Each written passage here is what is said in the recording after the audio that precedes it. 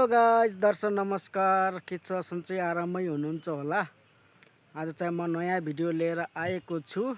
यता यो टमाटर चाहिँ तपाईहरुलाई आज देखाउने प्रयास गर्नेछु। अनि यता चाहिँ मेरा माइती राजा हुनुहुन्छ सालाजी, कपाल चाहिँ झ्यापमा पाल्नु भएको छ।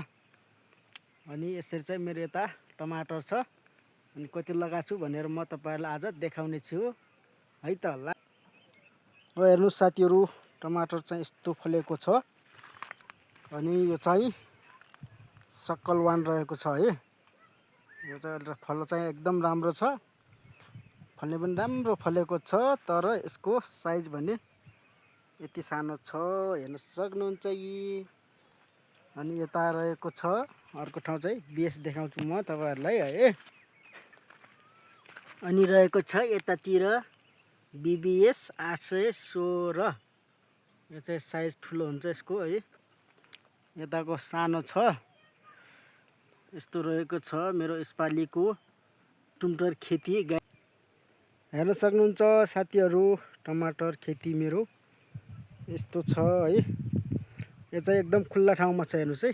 आकाशतिर मजाले आकाशहरु देखिएको छ।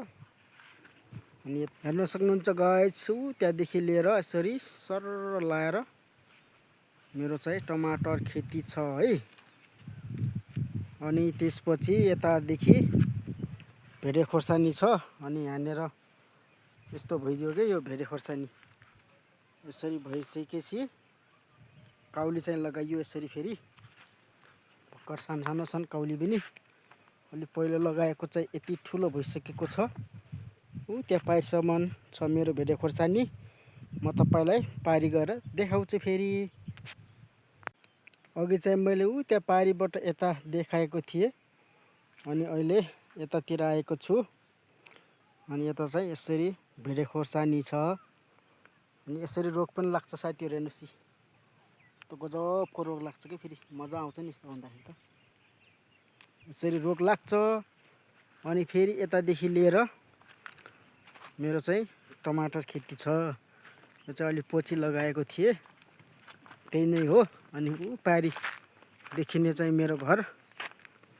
यो टमाटर पातलो पातलो फलेको छ, एकदम दामी फुल खेलेको छ, हेर्न सक्नुहुन्छ यी। यसरी चाहिँ फुल खेलेको छ। अनि पारी आएर चरा बसेको छ।